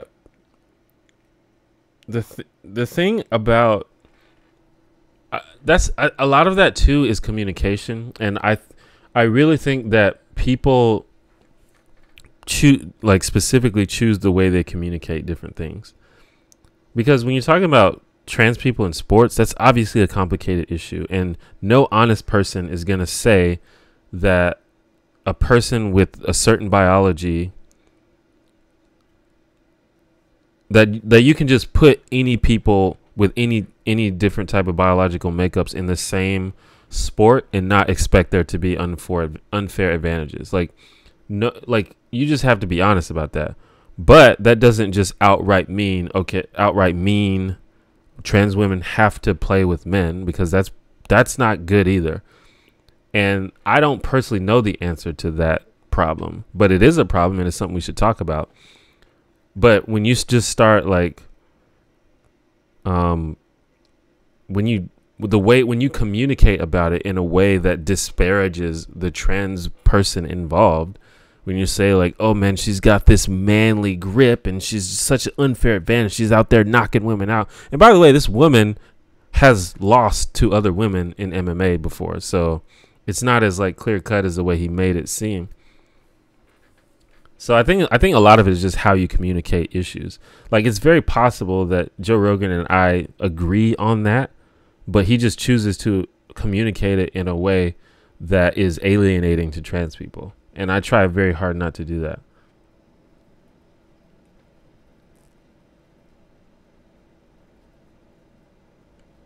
Yeah, but weight class is one thing. That doesn't your weight is not necessarily indicative of your strength, your bone density, your speed. Like, it's different. There's a lot of things that go into that.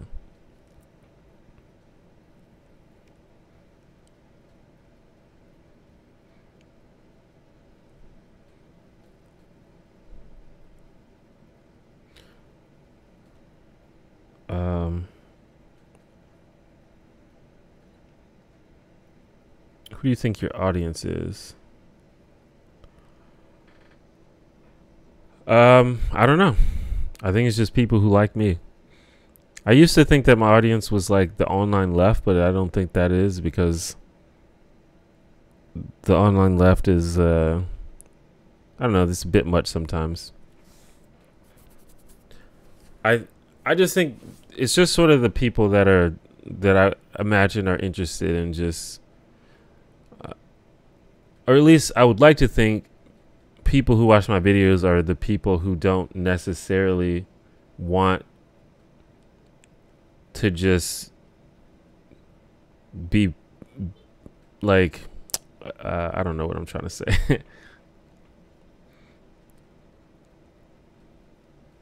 I guess it's people that appreciate sort of thoughtful content, because I don't think that people watch my videos expecting 100% to agree every time. And so, like, basically people who are okay with that is my audience.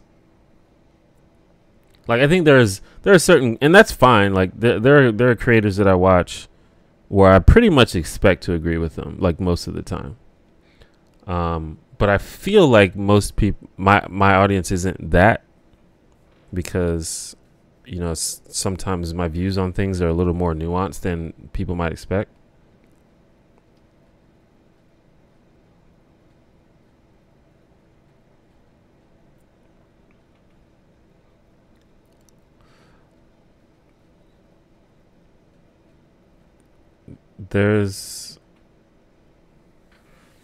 But I don't know. That's something that I've struggled with a lot, is trying to figure out who my audience is. In general, I just try to make videos that I would appreciate if I was watching, and that has seemed to work out. For a short while, I made videos for this imagined audience that I thought I had, or that I thought I should do, but that didn't really work out because I think there's a certain element of the internet that just comes to expect certain things from you, and if you like deviate from that thing, then they just turn on you. They're very fickle, and I just don't want that. So I stopped making videos for that type of audience.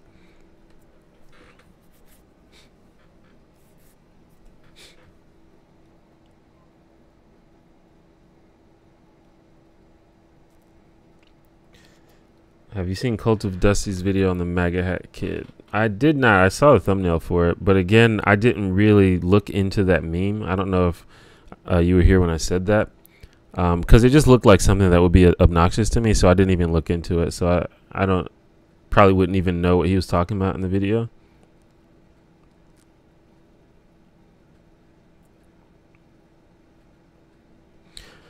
Yeah, Dusty has been pretty good, I think, lately. He obviously fell into the anti-SJW thing for a while, but he's turned around on a lot of stuff. It's hard to tell sometimes with him, because sometimes he just seems like he's just a troll and he just says whatever is gonna be the sort of controversial thing. But then like he makes a lot of like really obviously good points sometimes, so it's like he's obviously like done research and he like cares about this. So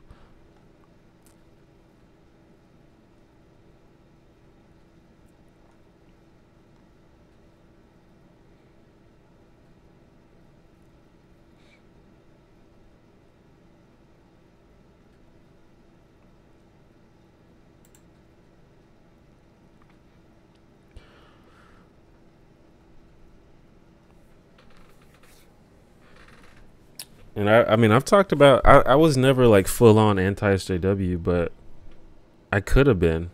Like, I was like heading that way in some ways, not like totally.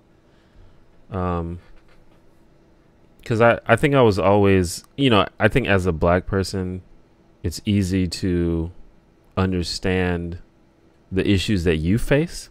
And I think a lot of people have this problem, but like, when it came to things like feminism or trans issues, I was not as informed or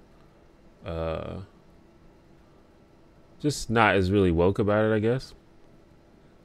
But, you know, you learn, you get better.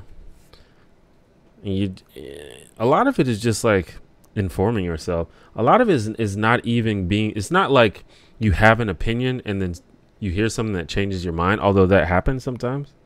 For me, a lot of it is just learning more stuff, learning more facts. And as you learn more facts, if you're an honest person, sometimes you have to adjust your view of the world to so the facts actually fit in. Because you can't, you know, if you're an honest person, you can't ignore facts. So when you start to learn facts about sexism or LGBT stuff or trans issues, you know, it's just hard. Like, it is, if you just in your heart of hearts, you know, believe in social justice issues, you know, just out of compassion or whatever, that's good. But luckily, very fortunately, the facts are on your side also. So you don't even have to rely only on emotion. You can actually bring up data and facts that supports the social justice narrative. And, you know, that's a lot of, that's at least half of why I have the worldview that I have. And a lot of it is, the other half is just, I value very highly not being an asshole. So being, you know, being like a bigot or being exclusive or, you know, that sort of thing just does not really fit in with that viewpoint.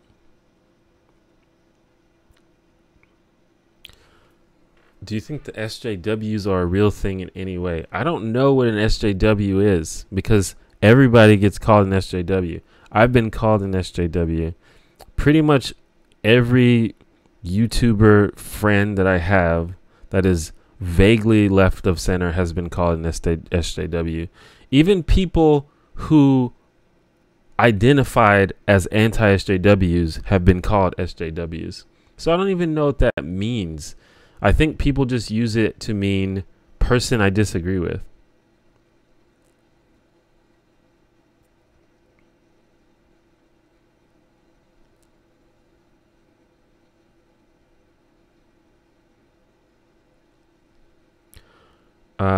Did I donate? Yeah, but just a little bit. I'm still broke, but I tried to help out.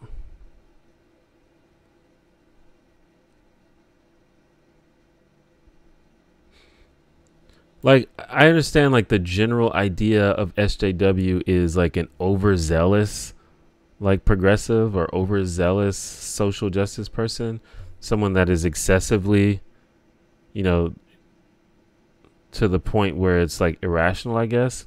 But the problem in practice, that label gets applied to everybody.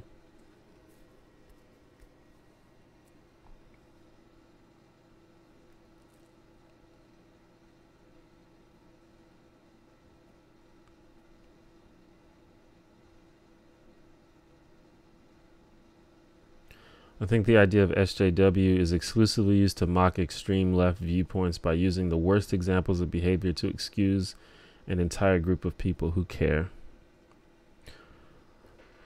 Right, but I mean, a lot of times these extreme examples are not like the left. It's just like obnoxious people in general.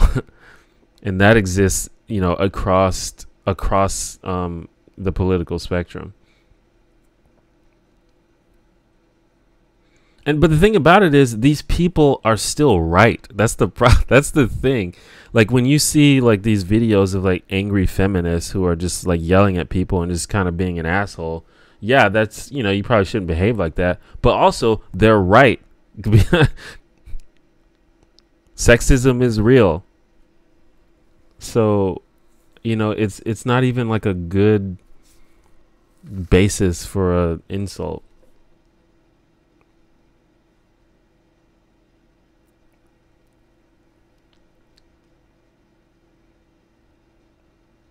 I've become more, I don't know if I've more left, but I've definitely become more thoughtful about how I communicate about politics and social justice.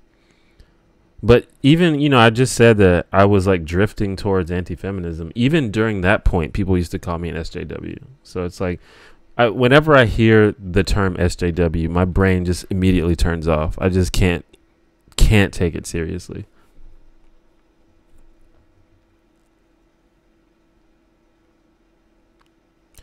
Do you think safe space and trigger warnings create students in college who are too fragile? The real world will be mean and harsh, so can they develop coping mechanisms? I mean, it's possible, but the problem is I don't think that it happens that much. And that's something that I used to talk about a lot because it was like a big issue for some reason. But I think it was one of those things that the anti-feminists exaggerated, sort of like man-spreading and like band bossy, like these sort of like very minor things that they pretended were these huge issues. But in general, I'm uncomfortable with the idea of like demanding a safe space or trigger warnings. But I don't think that happens that much. At least what I've come to realize.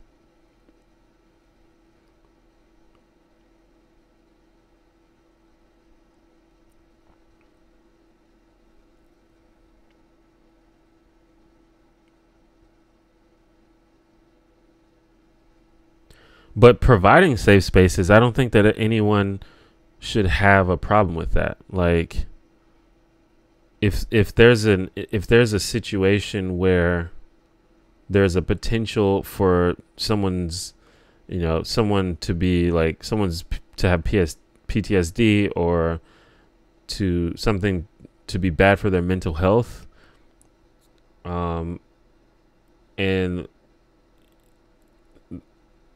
whoever's in charge provides some sort of warning or space or alternative to the content that is potentially triggering, I feel like no one should have a problem with that. That's courteous. The thing I have a problem with is if someone like demands that and believes that they're being like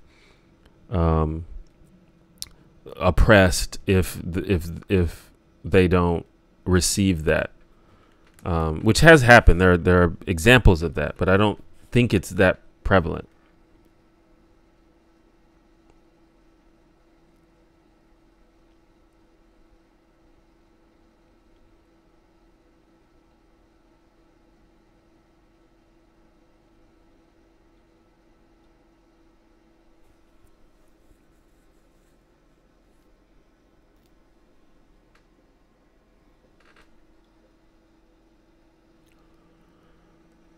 Aren't as overused as people. Yeah, I would imagine that they aren't as overused.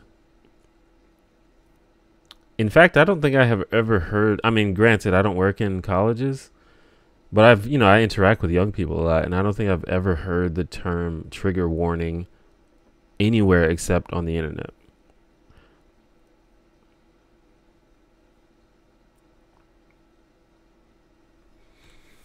But yeah, I think it's one of those things that may have been exaggerated just to sort of push this sort of anti-feminist narrative.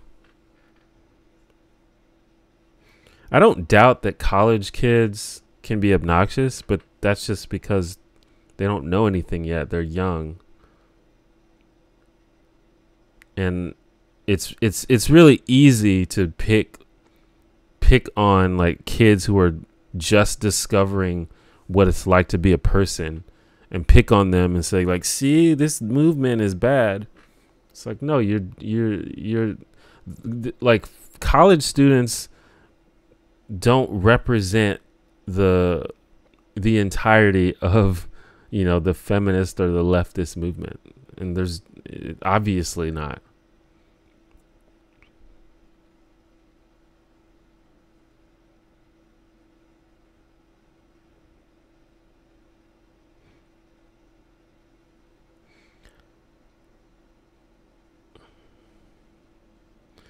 Yeah, content warnings are pretty ubiquitous now, especially on YouTube, and that's fine. Like, no one should have a problem with that.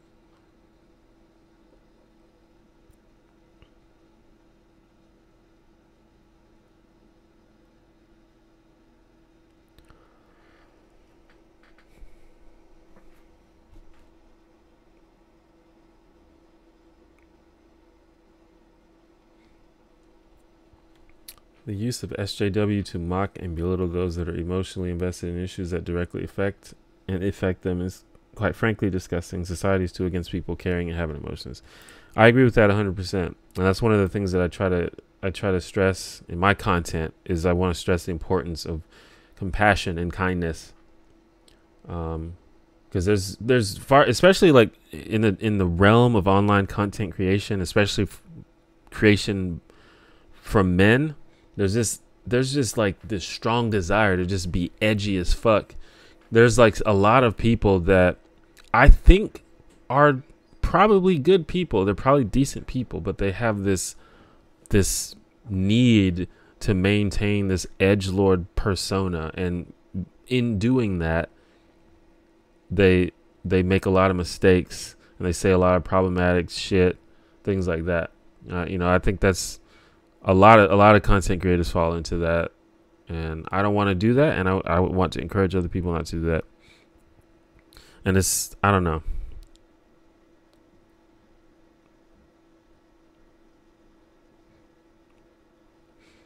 I'm in a college class now in my 30s on race, and the discussion of being triggered by the professor is more of a way to help people aware of highly sensitive topics with respect for the other.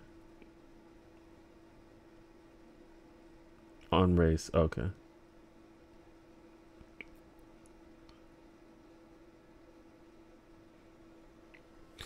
Yeah, it's been a long time since I've been in a college class.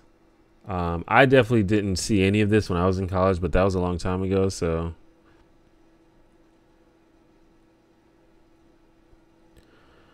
But are approaching the 2-hour mark. For those who don't know, my streams are about 2 hours long, so I'm going to leave in about 5 minutes. Sorry to people that just arrived. This was by far the most people I've ever had in a stream. I think we got up to like 120 at one point. So that's good. For those that don't know, I stream every Monday around 2 p.m. Central Time. Thank you to everyone that sent a super chat and or a donation. And like I was saying earlier, I should have a video up either today or tomorrow, probably. Hopefully today. Let me check my email. I'm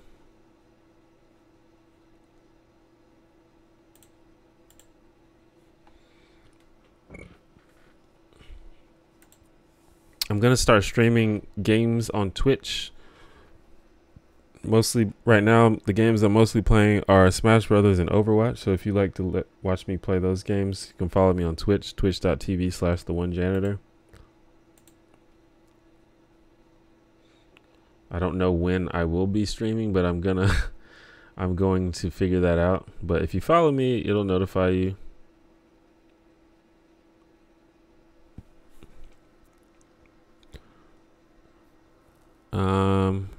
Video might have to go up tomorrow because I haven't gotten this email yet.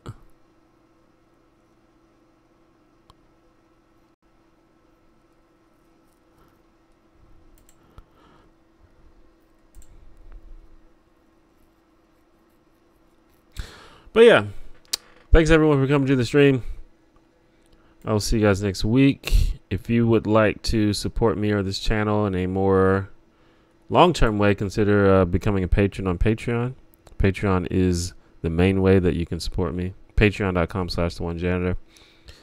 And you can check the description below the video for all of my other social media links and things like that. And I'm out T1J. You are an icon. Holla at your boy when you see in the streets. all right, thank you for the 333 Electric Domain. And with that, I will see y'all next week. And y'all can watch my video in a couple days. Bye.